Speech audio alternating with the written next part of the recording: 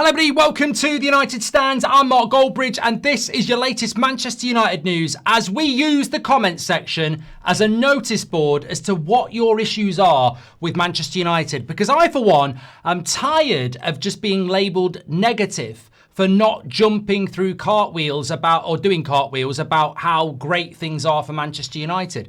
And we've got the data analysts, we've got Data Dean.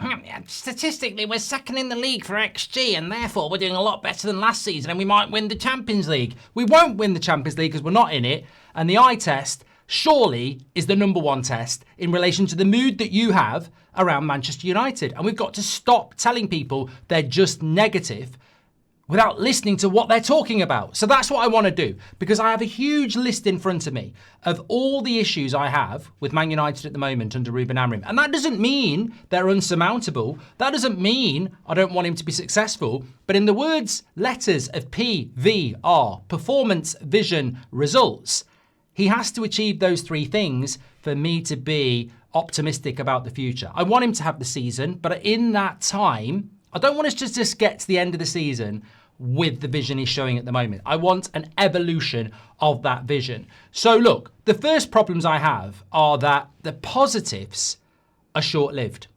Bruno Fernandes in the midfield, we'll talk about that in a moment, but even if you like Bruno Fernandes in the midfield, this is a guy that's not a midfielder. This is a guy that doesn't have the discipline to play as a midfielder. This is a guy that doesn't track runners. This is a guy that when you play him in the midfield, he is going to cost you goals.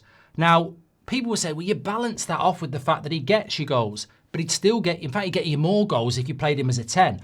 Where I have an issue is that yes, Bruno Fernandes in the midfield does get us goals and assists, but he also costs us goals. So if we played him as a number 10, he'd get more goals and assists, and he wouldn't cost us goals in the midfield. So to me, that logic is just very, very easy. Also, he's going to be 32 next year. So this is not long-term either. What is the evolution there? Because all I ever hear is, Man United want to buy a midfielder. Man United want to buy two midfielders. Well, let's bring Casemiro into it. Casemiro's even older. I think he's 34 very soon. His legs have been gone for 2 years. He's more short-term than Bruno. So Bruno and Casemiro in that midfield playing every week, what are we supposed to do with that? What's the vision with that? And people say, well, they're just a short-term until we bring two players in. What two players? Are we bringing two players in? Are we bringing one in? Is it next season Bruno and the new signing, in which case that's a problem. So this is what I'm talking about. It's not negative to ask questions. Some people get in a queue. You wouldn't believe this. Some people will see a queue and get in it. And you'll say, what's the queue for? Don't know. And I think that's what some United fans do. They get in the queue, but they don't know where it's going. Whereas some of us go, where is this going? What am I queuing up for? And that, to me, is obviously the biggest area. But what are we doing with the midfield? It clearly isn't going to be Mainu. It's clearly not going to be Agate. So they need replacing, but so do Bruno and Casemiro. So what's your vision there? How long is it going to take? How much longer am I going to have to look up? Are we going to have a bad midfield next season? That's the big question, because I think there is a chance that we would. I also think that when you look at the team and the way we're playing football, is that going to change? Like, are we going to change the way that we're playing football, or are we going to play like this? That never gets answered. We know what he did at Sporting and it was a lot easier on the eye, but has he ever at any point said, I don't really like the way we're playing football. I don't really like throwing long throw-ins. I don't really like hitting long balls. He hasn't said that. He hasn't said that. So, I know what Pep Guardiola is. I know what Mikel Arteta is. I know what Hansi Flick is. I know what a lot of managers are. I know what Sean Dyche is. But I don't actually know what Amorim is because he doesn't tell us. We know what he was at Sporting, but at what point has he said, we're not playing the way I want us to play. I want to have 70% possession. I want to create 20 chances. I want to get down the wings, put crosses in. I don't actually know. I think that's a fair point. I don't actually know what this manager's vision is at Man United and what we're working towards. Or is it this, I also, as part of the vision, don't really know what the evolution of this team is, because I look at this team and I go, well, Casemiro and Bruno we've mentioned. Mason Mount and Luke Shaw. Very unfair to compare them because there is an age difference, but Luke Shaw's playing well at the moment. Let's pretend or let's agree. how sustainable is that? Is it because it's a World Cup year? We've already done the stats.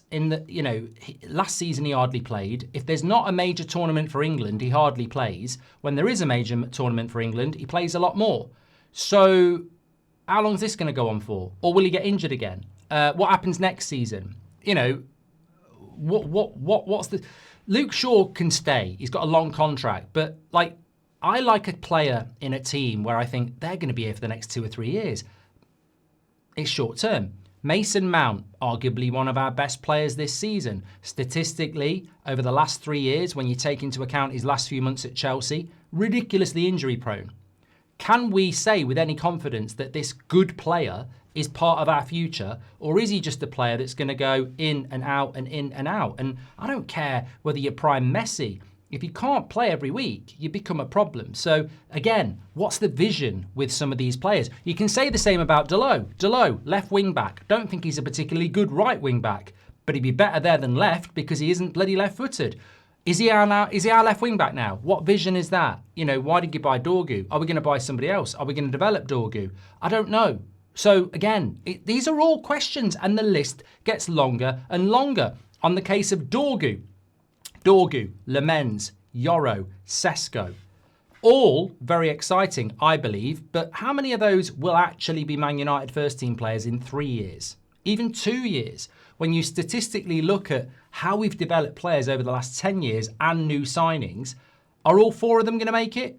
Are 2 of them going to make it? We need all 4 of them to make it. How are we going to make that happen when Dorgu already is on the bench for Dalot, where Yoro seems to be on the periphery a little bit? Do we buy a goalkeeper and Lemens is out the team? Sesko, is he going to be in the team? The question there is enhanced by the point of how do we develop players and why do we buy so many young players? Why is it every morning show we're being linked to some 17, 18-year-old who's going to be the next Caicedo or the next Jamal? But we've not developed a player in 10 years. How is that part of the strategy? I look at that Man United side at the moment, and going back to what I was saying about Casemiro, Bruno, Harry Maguire, these are players that are ridiculously short term. I then look at the Yoros, the Dorgus, the Seskos, the Lemens. They are prospects. Where's the in-between? Where's the filling for the sandwich that binds it all together? Because in the short term, these older players are fine, but in the long term, they're useless. And in the short term, the young players need to be developed to be good for the long term, but who's going to develop them? I look at that United side and I look at the squad and it's quite imbalanced in the sense that the older players are going to need replacing and probably need replacing now. The younger players are going to need developing. Who's going to develop them? And when you look at the squad, the only players that are sort of development players who can develop people, well, Lisandro Martinez, but he's got his own fitness issues. How fit can he stay? Mason Mount, again, he's got his own fitness issues. How reliable is he to nurture players? De Ligt stands tall as having a good season, been a captain before, and the right age profile. So De Ligt could be part of the future in being a staple of the team, but also developing players. Mazraoui could as well. Mbeumo could. Cunha could. Ahmad could. The problem is Cunha, Ahmad and Mbeumo are still going through their own development at Man United. Ahmad partially because he's still a little bit young, and Mbeumo and Cunha because they're new signings. And I look around this team and I go, well, we're lacking performance and we're lacking vision, and I don't really know where the development is coming from across that team because it's massively imbalanced. And yet the big thing that we keep talking about is buying younger players, and yet we don't really have a volume of players to actually develop these prospects. I mean, take for example recruitment. If we did bring Baleba in, he's basically Sesko. He's basically Lemens. He's basically a prospect that will need people to develop him. And I look at the people who are going to do that, and they're either too old or ridiculously inconsistent themselves. And that becomes a problem. So, look, I think that we have a lot of conversations about, oh, it's good, oh, it's bad. But that's just some of the things that I wanted to express that I think sort of jump out at me straight away, is that when I'm talking about, I definitely want Amorim to get the season. I definitely want us to get better. But it's not just for moaning's sake. Look, I could talk about the financials. I could talk about the financial reports. I could talk about the fact that we're still massively in debt and they're still talking about not signing players. We can talk about we've got to build a stadium. We can talk about how Liverpool and Arsenal spent ridiculous money in the summer and we'll probably do it again. How do we compete with that? But also, I think that there are questions around the manager, and some of it is because his hand is tied behind his back, but also, more importantly, it would be nice to be working towards a style of play, which I don't think we are. And if we are, I don't like it. I don't like long throw-ins. I don't like long balls. I don't like counter-attacking football. That's not what Man United should be. Are we evolving into something else? It'd be nice to be told that, because we haven't been told that. I want to see a vision. I want to see a vision for the starting lineup. It's not just about how we play. It's about what are we building. Like, yeah, we want a midfielder. Do we want two midfielders? Are you going to buy one midfielder and keep Bruno at the football club? Are you keeping Casemiro? What's happening with Mainu and Ugarte? Do you technically need four players and you're going to get one in the midfield? When I look at the attack, why did we buy Sesko? Are we actually going to put crosses into the box, or was he all you could get? We don't know the answer to that. When Sesko's played, we've not really pumped crosses into the box. Are we going to do that? How are we going to utilise him? Is he going to be a bench player? Is he going to be a starter? In relation to the wing-backs, massive part of your system. Are you going to keep Delo there? Is it going to be Ahmad all season? And like, big questions about why are we so focused on youth when we can't nurture?